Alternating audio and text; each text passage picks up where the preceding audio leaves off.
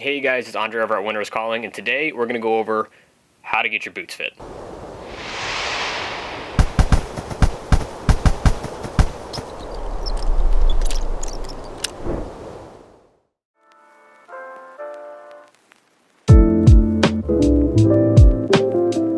So this is going to be broken down into a few different sections. A, what to expect when you're buying it. B, what to expect as far as break-in. And then C, after all of that's done, you've broken it in, if you still have problems, how can you go about getting those fixed?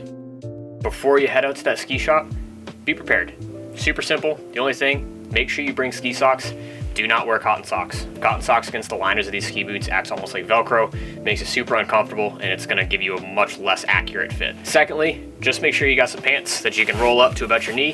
The only thing that you want inside that boot is gonna be your foot and your sock, and that is it. So once you get to the ski shop, you're gonna meet with your boot fitter. They're gonna measure your foot. They're gonna ask you a whole bunch of questions. You know, where do you ski? What kind of skiing do you like to do? Are you more aggressive? Do you tend to cruise? Are you in the park? Are you doing all mountain? Lots of different things so that we can get a little bit better of an understanding of what boot is gonna be right for you. We got a lot of choices, and those things help us really narrow that selection down. Once you get measured, once your boot fitter brings out a couple of boots for you to try, you're gonna have to put them on. The first thing that you should remember and know before you put your foot in that boot is as soon as you get in there, your toes are gonna go straight to the front of that boot. You're gonna wanna tell that boot fitter that that boot's way too small, but bear with them. Get into your boot and then get it all buckled up. Once you have this boot buckled, what's gonna happen is your foot is actually gonna move around a little bit inside that boot, and it's gonna get you back into a more appropriate place in there so that you can get a better understanding of how that boot actually fits. Now, as far as your buckles, you don't have to crank them. A little bit of pressure is fine. They don't have to be crazy tight. And in all honesty, if you're struggling to get those buckles down, it's probably not the right boot.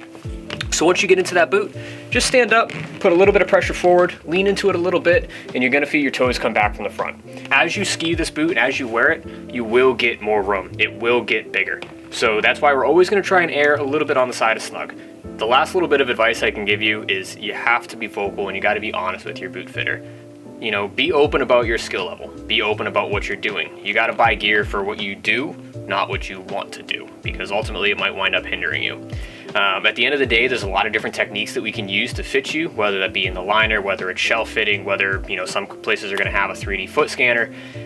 You still have to talk to me. That way we can go through a few different things to really make sure that we're going to find that correct fit for you. What happens next? So the big thing that you've got to remember is that this boot is gonna take some time to break in. That first day that you're on a new boot is not great. It's gonna be a little sore, it's gonna be a little uncomfortable, but that's perfectly normal. If you ski that boot for 3, 4, 5 days and you get to the point where you're like, you know what?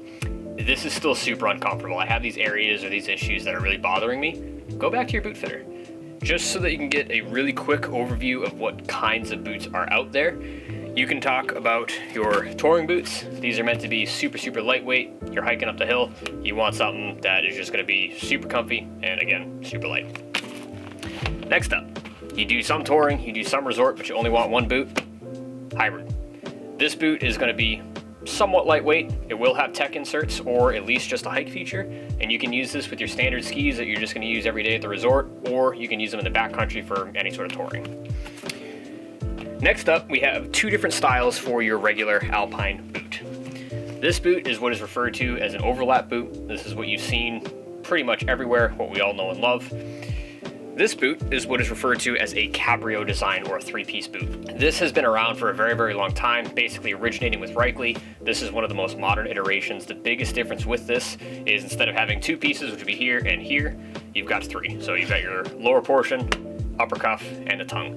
One of the biggest differences that you're going to find with this boot versus a standard overlap boot is with an overlap boot, all of the flex comes right from the spine. So it is one consistent flex all the way through the entire amount that you can lean into that boot.